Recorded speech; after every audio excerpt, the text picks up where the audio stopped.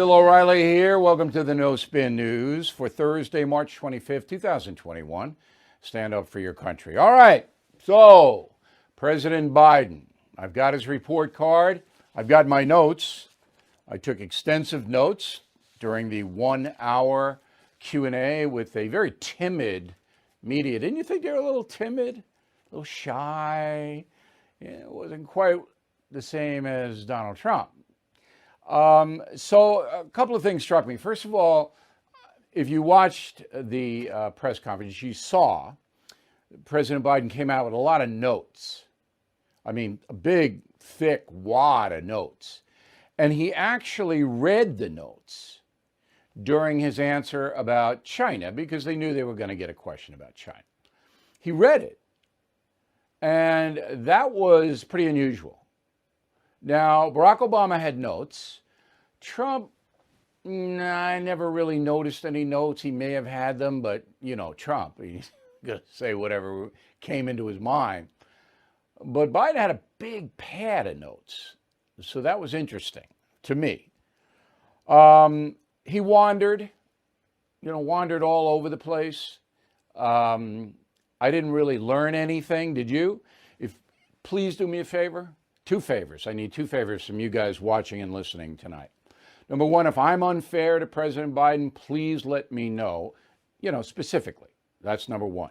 And number two, if you learned anything from the press conference, I want to know what you learned, all right? Because I'm not arrogant sitting up here saying I know everything. And I want to be fair, above all, to anybody I cover. So Joe Biden did use one old trick that's a really interesting trick, and I hadn't seen it in a while. But I'll tell you about that in a moment. So here's my grade to the president on his first press conference. D, as in dog. D. All right? I thought he did a terrible job. Why? Because he didn't offer anything specific at all. And he denied that there was a border problem. He actually denied it. So that's pretty interesting. You can create a false world for yourself. You know people like that. I'm sure you do. They don't live in a real world. They live in a world they created. That looks like what's happening to Joe Biden. Now, he lost his train of thought. Well, I'm not going to harp on that. Everybody does it. But he did lose his train of thought a few times where he just lost whatever he wanted to say. He couldn't summon it back. He made it clear that he was elected to solve problems. I'm a problem solver. But he didn't offer not one, solution to any problem. That was interesting. He said, everyone who comes to this country illegally under the age of 18 will be allowed in. That's a headline. Everyone. Not going to throw anybody back under 18. Pretty shocking. But he denied that's a magnet for other people to come. Now, when minors are allowed to stay in the United States, it's only a matter of time before their parents, grandparents, brothers, and sisters will come join them. You know that. Everybody knows that. Okay? He's not going to separate families. He did say he's, at this point, wanting to run for re-election. He backtacked that a little bit, but, I don't believe that will happen, by the way. And then he says he's uniting the country. Flat out said, I'm uniting the country. Well, the Republican Congress doesn't like me, but Republican voters, they'd like me because I'm uniting everybody. I said, really?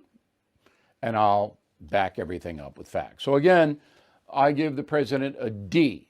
Now, just for context, I gave President Trump some bad marks in his press conferences, particularly on COVID, when he wandered all over the place and made the press conference all about him, not about the pandemic. I didn't think that was good, and I think that hurt him a lot in his reelection attempt. Barack Obama didn't really hold many of these, and he just filibustered all day long. What? It was one of these. Biden made an attempt to answer the question, but some of the answers were just way out there. So let's get specific, okay? The first soundbite that I chose is the headline of the press conference. The kids are all in. Go. The idea that I'm going to say, which I would never do, that if an unaccompanied child ends up at the border, we're just going to let them starve to death and stay on the other side. No previous administration did that either, except Trump. I'm not going to do it. I'm not going to do it. That's why I've asked the Vice President of the United States yesterday to be the lead person on dealing with focusing on the fundamental reasons why people leave Honduras, Guatemala, and El Salvador in the first place. So I did not know that children were starving to death on the other side of the border. Did you know that? I didn't know that. Okay, what I saw in the last year of the Trump administration was a fairly orderly process where migrants apprehended at the border were turned back to Mexico, and the United States sent millions of dollars, tens of millions of dollars, perhaps $100 million, to the Mexican government to house those people on Mexican soil. That's what I saw. Maybe I missed the starving children. But believe me when I tell you that if there had been one child starving, the anti-Trump media would have been all over that child.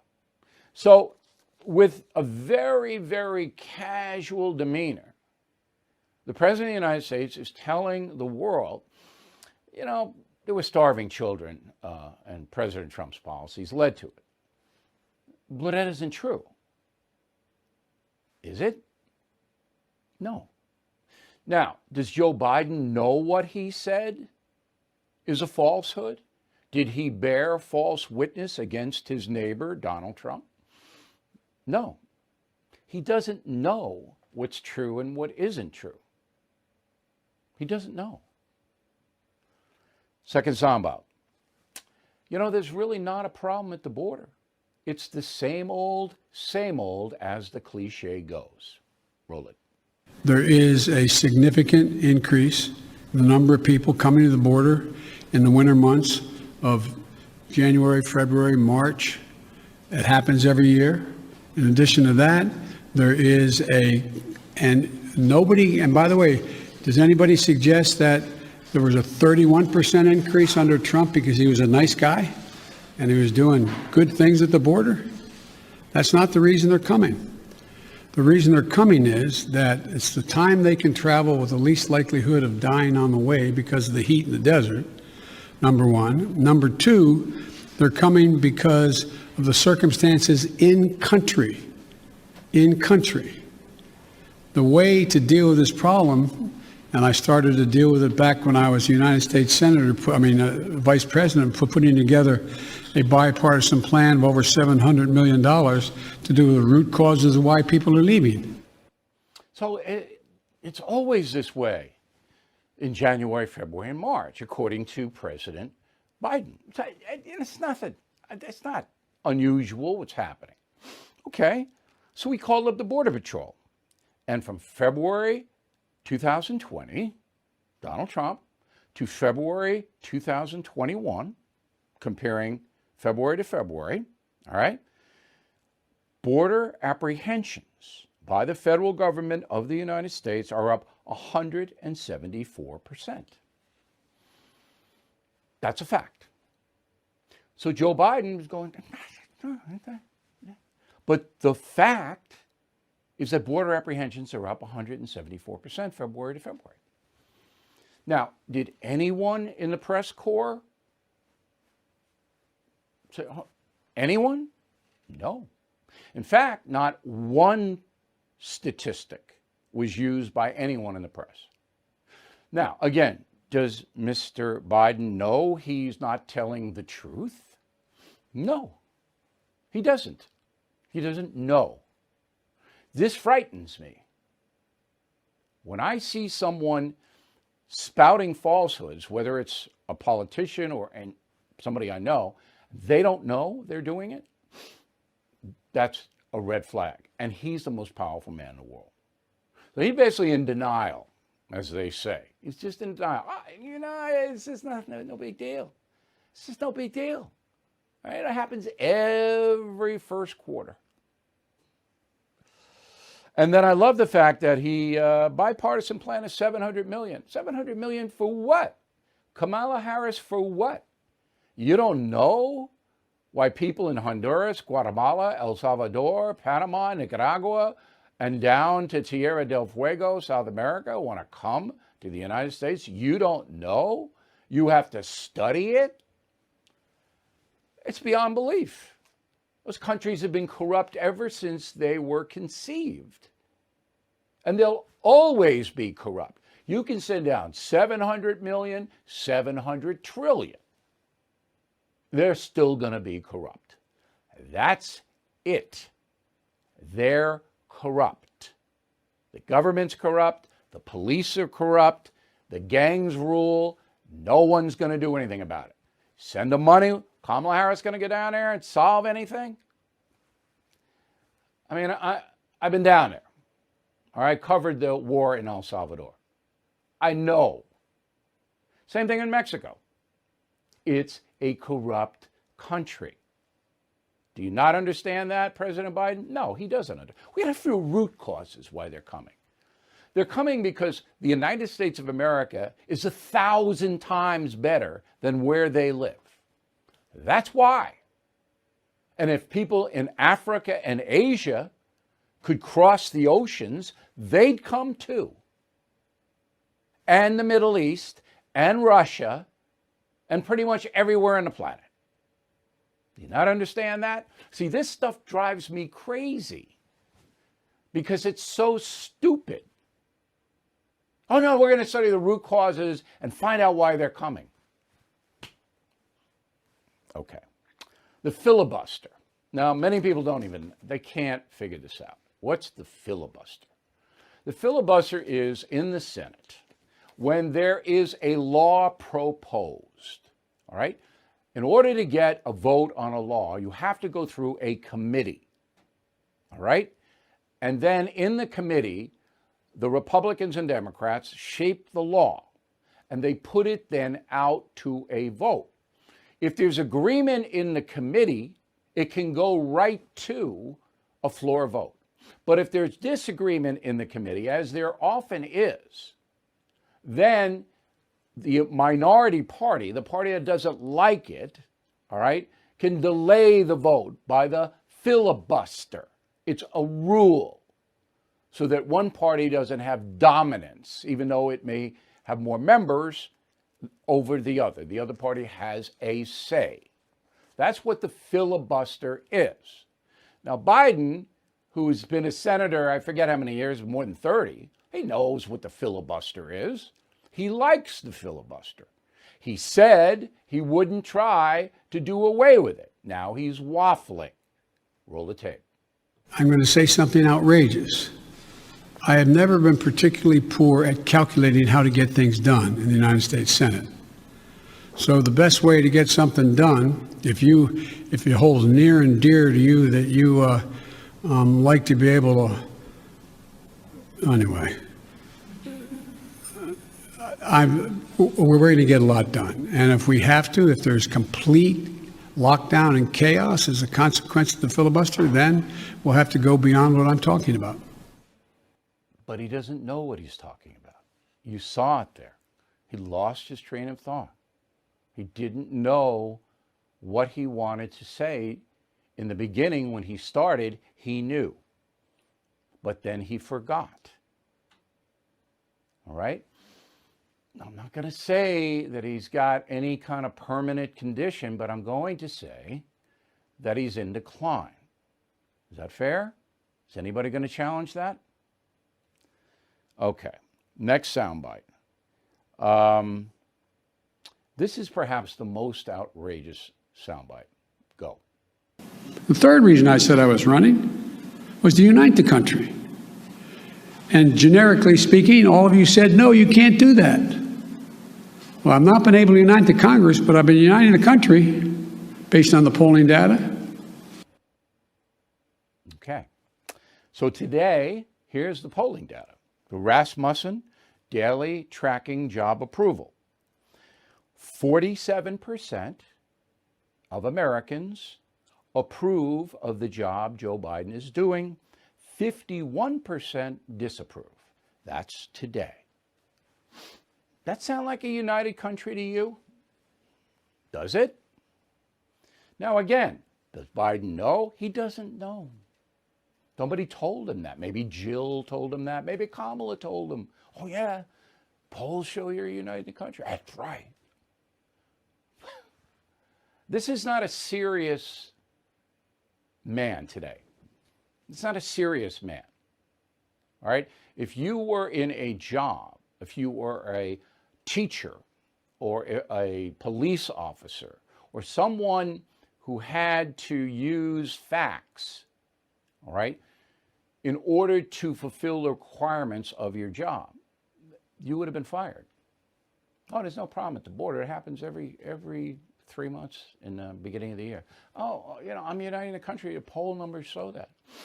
And you're sitting there going, no, that's not true. Final soundbite. Again, befuddled. Yeah, go. We're going to be moving within the next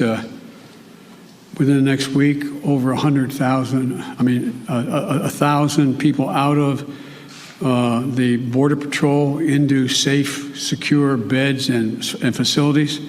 We're going to significantly ramp up. We're already out there contacting everyone from getting some of the employees at HHS. There's a lot of them doing other things and move them into making those calls. We're in the process of rearranging and providing for the personnel needed to get that done. Okay, to get what done? To get notification of minors who come here illegally. They are now going to be set free and sent to whatever information they give the Border Patrol at taxpayer expense. So, I mean, 100,000, 1,000, he doesn't know. So let's go overall here. Joe Biden was not in control of that press conference. He said things that weren't true. He was distracted, to say the least, in his thought process. He used notes and actually read from the notes, prepared, okay? And the press just stood there and really didn't do anything. They were as befuddled as Mr. Biden was. Now, the press was very respectful to the president. I think we would all agree, all right? Again, they used no stats at all. No stats, Mr. President, what you're saying about the border isn't really true based on what the Border Patrol says or based on what the polling says. It's not really true. None of them did it. Not one of them brought stats into that, which is just a disgrace. I mean, I've been a reporter for a long time. I mean, these people are not prepared. Now, why? Because they don't want to make Biden look bad. They lacked energy. It was an amazing contrast to Donald Trump when they wanted to hurt him. Super aggressive. Here they asked a few questions about the border, but nothing meaningful. Nothing at all. And they were warned. These reporters in the White House today were warned. You better not embarrass him. And let me back that up. So the Washington Post, which is the newspaper in the nation's capital, they have two columnists that warned the White House press corps to be don't be unnice. Is that a word, unnice? Don't be mean to President Biden. The first one's Margaret Sullivan, okay? And she said in a column, what the press conference shouldn't turn into is a performative exercise in equating two administrations, just to show how tough the press is. Okay, and that was a real warning from the Washington Post. And then it was backed up by the awful Jennifer Rubin. Oh my God, how bad can you get? So the Washington Post, this is supposedly the paper that chronicles the federal government for everybody else. In the bag, in a tank, always have been. Not always, but in the last decade they have been. All right, now, I wish you guys were here. I wish this was a live audience so you could ask me questions. But I want you to write me Bill@BillO'Reilly.com. Bill@BillO'Reilly.com. If I was unfair to President Biden, please let me know. I think I handled it in a very fact-based way, and that's my job. All right? It's my job. I gave him a D. I think I was generous in the D. All right? I learned nothing. There were no problem-solving attempts. He didn't even make an attempt to solve any problem. And he misled the world on a number of occasions. So he's lucky he got a D. Now, the press, as I said, is ridiculous. And this might have escaped your attention, and I want to read it to you. There's a senior circuit federal judge in Washington, D.C. named Lawrence Silberman. He's 85 years old. He was appointed by President Reagan. He recently ruled on a case where the New York Times was sued. I believe it was the Times. It might have been another press vehicle. And the judges in the suit ruled that the libel that was alleged against the press wasn't enough. So the people who sued lost. But Silberman dissented. And here's what he said, quote, "Two of the three most influential papers, at least historically, the New York Times and Washington Post, are virtually Democratic Party broadsheets. The news section of the Wall Street Journal leans in the same direction. The orientation of these three papers is followed by the Associated Press and most large papers across the country, such as the Los Angeles Times, Miami Herald, and Boston Globe. Nearly all television, network, and cable is Democratic Party trumpet. Even the government-supported National Public Radio follows along. Silicon Valley also has an enormous influence over the distribution of news, and it similarly filters news delivery in ways favorable to the Democratic Party," unquote. Now, that is about as true a statement as I've heard this year, 2021. This judge knows that we don't have a free press any longer. We don't have an honest press any longer. And because we don't, this country is going to suffer dramatically. It really is. Now, one of the vehicles that has been corrupted top to bottom is CNN. There's a commentator on CNN named Phil Mudd. He's supposed to be a counterintelligence expert. He did work for the CIA. Here's what he said on March 24th. Go. "This will offend you. I'm an American. I'm a proud American, but we live in the United States of arrogance. If you look at educational standards in this country, they are mediocre because we cannot look to Asia and Europe and say somebody has a better way. If you look at access to health care in this country, we are mediocre because we cannot look to Asia and Europe and say other people have better access. We should learn. If you look at violent crime and suicide by weapon, and you look at Asia and Europe, we simply look at America and say we're exceptional." Okay, so this guy, he has no perspective, and it's amazing because he worked for the CIA. The reason that we have higher crime here is because we have more freedom. We have more freedom. In most of the world, I would say 80% of it, the government dictates pretty much all the shots, all right? Tells you what doctor you can go to, what surgical procedures you can have. You know, if you go over to Britain and you do the nationalized health over there, they're going to tell you, yeah, you got to wait a year if you want a knee replacement or whatever, and you're going to go to this hospital and see this doctor, all right? So, yeah, we don't have that here. We have private. And when you have private, you're going to have more problems than public. There's no doubt about that. Crime in Great Britain, you can't have a gun. We're not going to let you have a gun. We don't have any amendments here. We don't have any of that, so you can't have it. All right? Now, if you get stabbed or if somebody comes to your home in Yorkshire and violates you, well, that's too bad. This is just too bad.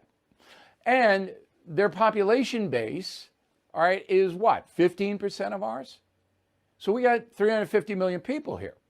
And we have the most diverse population on earth here. In Japan, they're all Japanese. All right, it's a lot easier to run societies. In Scandinavia, they're all Scandinavian, and now they're banning non-Scandinavians from coming into Sweden because they caused so much trouble when they got there.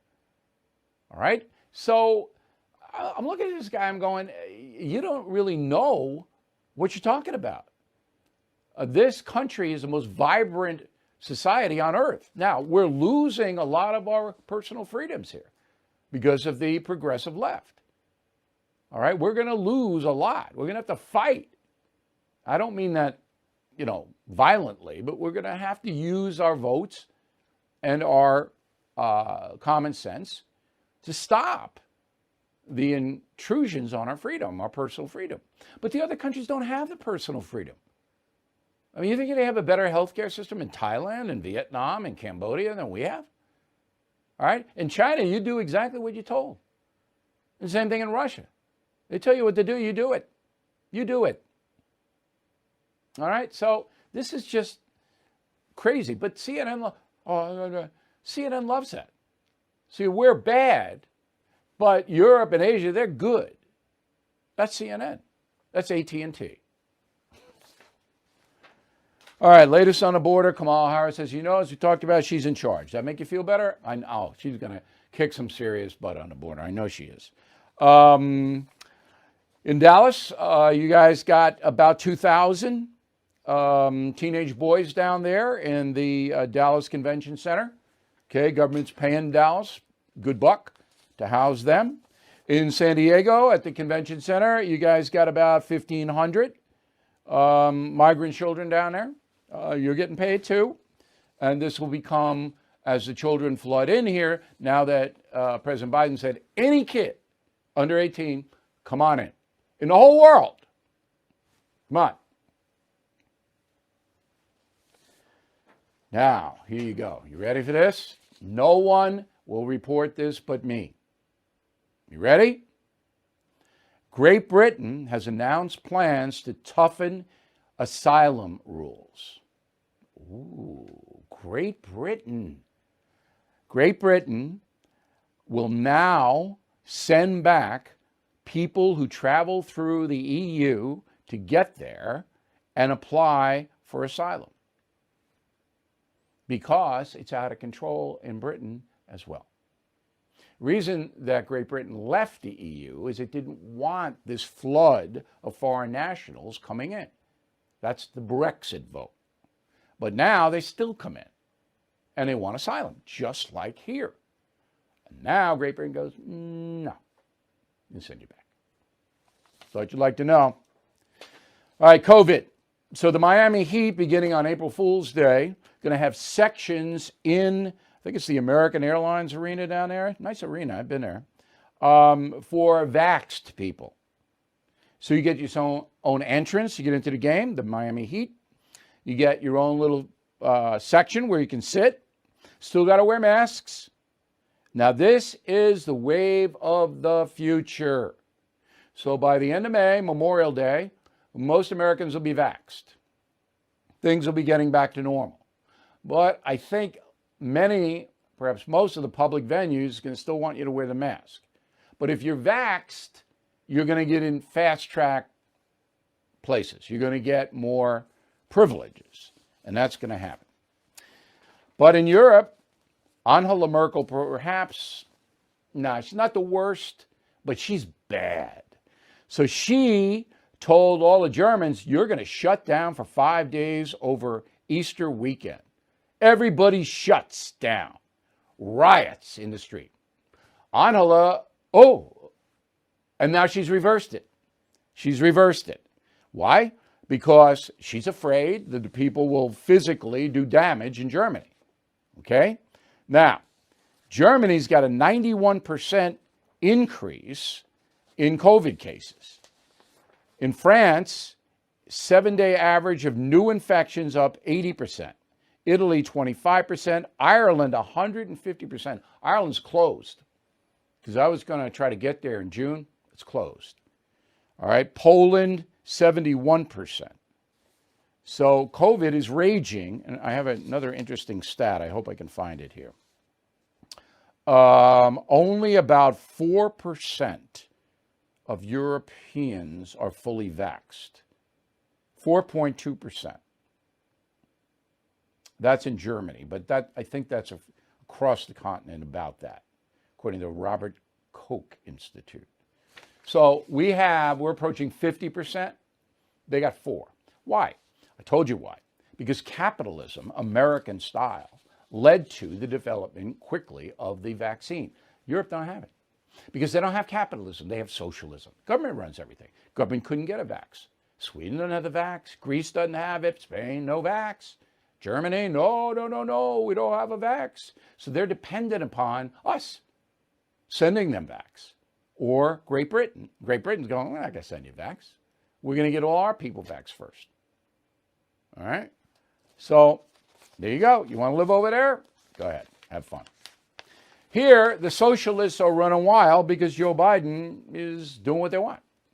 So there is a legislation in the House that will provide 2,000 monthly payments, $2,000 a month to everybody, all right, including illegal aliens. And then $1,000 a month until a year after the pandemic ends, which officially wouldn't be for a while. Okay? So this is sponsored by our pal Ilhan Omar. Oh, don't you love her? She's just so good. The Democrat from Minnesota.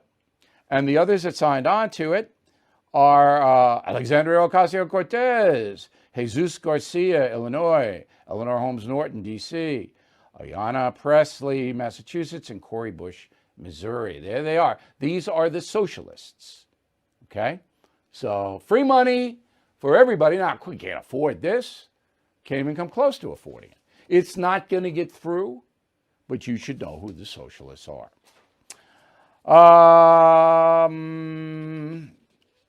New York is going to legalize pot. And there's one big reason why. I told that to Bernie and Sid on WABC this morning. Go. The last thing, Bill O'Reilly, speaking of a word of the day, doobies, the governor is going to sign legislation soon legalizing weed in New York State. Well, here's the story, and I want to break it on the Bernie and Sid show. The governor needs to smoke as much pot as possible. I love it. Yeah, I mean, so that's what this is all about. I mean, come on. If you're him and you go, hey, it's not going real well, why don't you bring that over here, and now I can't get in trouble. That's the inside story. Okay. Pot in New York, that'll be great. Yeah. That's all we need. More intoxicated drivers on the roads, more kids at 9 and 10 smoking weed. That's what we want. Let's make it easier. It's easy now to get it in the inner city. But let's make it easier for the kids in the suburbs to get, let's get everybody pot. Yeah, it's great. All right, this day in history, March 25th. Did you know it's Waffle Day? It is Waffle Day. All over the world, not just here. International Waffle Day is March 25th. Now, the waffle was actually invented in Greece way back, the ancient Greek. Now, I don't think there was an Athens Waffle House back the Spartans and Athenians. I don't think so, but they invented it. And then it spread to Europe, and it went to Sweden, was big on those waffles, all right? And they had Vufagen was a waffle treat that the Swedes would give their kids right before Easter. That's why March 25th is Waffle Day. And now waffles are everywhere. In 1620, the Pilgrims brought waffles to the New World. In 1620. 1725, the word waffle appeared in Robert Smith's cookbook, Court Cookery. In 1789, Thomas Jefferson returned to the U.S. from France with many waffle recipes. So what you'd like to know is Waffle Day. I bet you didn't know that. And I like waffles. I'm a big waffle guy. Take a quick break, back with mail and a final thought that you're going to like. Okay, mail. Robert, Concierge member. Again, we hope you check out Concierge membership on BillO'Reilly.com. You get a direct pipeline to me. I don't understand how Joe Biden's verbal overtures to migrants to come to the USA to collect their prizes caused the Mexican military to abdicate their rules on the southern and northern Mexican borders. I don't know either, but I know that President Trump had a deal with Obrador, the president of Mexico. I think the deal was, and I reported this, that the USA would not declare the drug cartels terrorist groups, because then we could have droned them, in return for Obrador's cooperation. Trump's not there, that deal goes away. But I don't really know, but there's a lot of corruption in this. You know that. Tanya, concierge member, Bill, in your opinion, which policies would be different now if Bernie Sanders was president? None. Sanders and Biden's morphed into Sanders. I don't see anything different. Not one thing. Colleen Bystrak, Lake Hopatcong, New Jersey. I understood what you presented concerning Sidney Powell, and I appreciate your clarity on the responsibilities of being a good and fair journalist. However, I believe that more incriminating evidence about the election is about to come out, and I'm glad to hear that you will report it if it does. Of course I will. Of course I will. If there's some evidence about electoral fraud, you'll hear it here first. But it's got to be evidence, not rumor.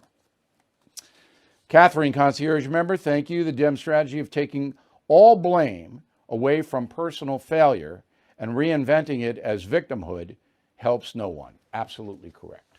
We are becoming a nation of victims, and that's robbing children of incentive. By telling minority kids you don't have a chance because whites are oppressing you, boy. John Nish, Miami, Florida. The two senators who stated there aren't enough minorities being selected for cabinet positions, why are they not told to resign for being racist? Because that's the policy of the Biden administration, John. Equity. That's equity.